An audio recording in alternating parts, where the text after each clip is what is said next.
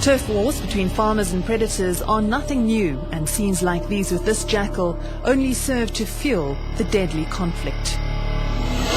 On the other hand, when a leopard is exposed to an easy food source and instinct kicks in, this is what can happen.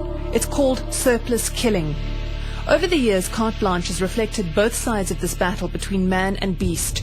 In the past, the quest to keep the enemy at bay led to the extermination of larger predators. And we took out the alpha predator right at the top of the feeding chain, which is the lion and the hyena. Those animals determined the lesser predators, which are on the second tier of the feeding chain, which are jackal, caracou, leopard. And they became labelled problem animals and even vermin, and with that, the hunt was on. The impact on South Africa's biodiversity was devastating, but to Petrus de Wet, a mixed stock farmer and president of the Wool Growers Association, it's justified. It's the biggest single factor that we fight to keep our production alive, is fighting predators. 10 years ago, mohair farmers produced just over 4 million kilograms. By last year, that figure had dropped to just 2.6 million kilograms. Stock farmers blame most of their losses on jackal and caracal. The decision I made was a difficult one, but it was a choice of two. And either you fight the enemy or you protect your animals. Roy Heinrich's business is mainly mohair. He farms with about 3,000 Angoras and 2,000 sheep near Janssenville, north of Port Elizabeth. He used to lose about 500 of his stock to jackal each year and would hunt them down until he realized it was pointless. I changed my mind one night when we were killing 7. And I realized that if I must work a day and at night time hunt these animals, I'm working 24/7. And I'm not going to get ahead of it. So he decided to protect his livestock from jackal by using Anatolian shepherd dogs, descendants of ancient guardian dogs from Turkey. By bringing in the Anatolian shepherd dog, Roy says he saved himself more than 200,000 rand in stock loss a year. I sleep peacefully at night. My animals are not being attacked. The predator can survive. I only use 4% of my land. When for the 96% of the land, he can roam and do what he wants to. He can catch his natural prey. But the holistic approach isn't for everyone. The Wool Growers Association estimates that more than 6,000 incidents of predation occur on farmlands daily. I'm telling you that if this problem goes unchecked, within 10 years, the small stock industry in South Africa is going to be extinct. In a recent study, Free State University worked out that predators wipe out about 1.3 billion rand of stock each year.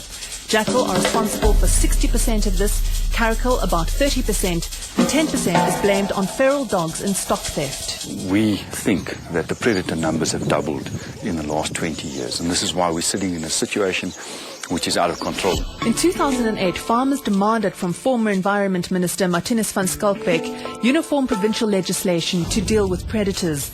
In November last year, the department published draft norms and standards for the management of damage-causing animals. It's caused an uproar all round. For our faunal diversity, I think it's a disaster. I think, in the absence of legislative controls, we certainly are left with consumer pressure. Well, I think it falls short of what we need, because we haven't changed anything from what we've been doing to try and counteract predation in 300 years. Rob Harrison-White has been conducting research on jackals for the past 13 years. 5 of them spent working on farms with top lethal control experts. He soon found out that deadly controls weren't the solution. He also worked with the task team formed by the department, but says that their recommendations were largely ignored. It was a shock because we had a task team that worked with DEET for over a year, and we put all the latest research and previous research on the table, which indicates, for example, that gin traps are not an effective tool to manage predators on farmland. And yet we see them again in the norms and standards. That doesn't make sense. So why has the department gone this route, which conservationists say will lead to wholesale slaughter? The misconception that's there is that it's focused on, for example, allowing certain lethal methods, and that's not the focus of the document. Thea Carroll, a director of the Department of Environment, says the legislation is to guide those dealing with threatened or protected species like leopard and brown hyena. The norms and standards at the moment relate to species that are managed in terms of the threatened or protected species regulations, which does not include black-backed jackal and caracal. Lethal control methods like hunting dogs and gin traps have been given the green light, even though traps are banned in much of the world. The problem is that the method is indiscriminate, and it affects both threatened and protected species, never mind any bycatch and innocent animals. Over the past 6 years, Dr. Bool Smuts, president of the Landmark Foundation in the Eastern Cape, has saved 28 leopards from the jaws of death in the Baviaans Kloof. This footage was taken during a rescue attempt last year. The farmer had set the gin trap ostensibly for what they call vermin and other animals, which the law allows them to, Carroll and JACKAL. Absurdly, say conservationists, the draft document states that methods used to control damage-causing animals need to be socially and ecologically acceptable and aimed at targeting the individual predator.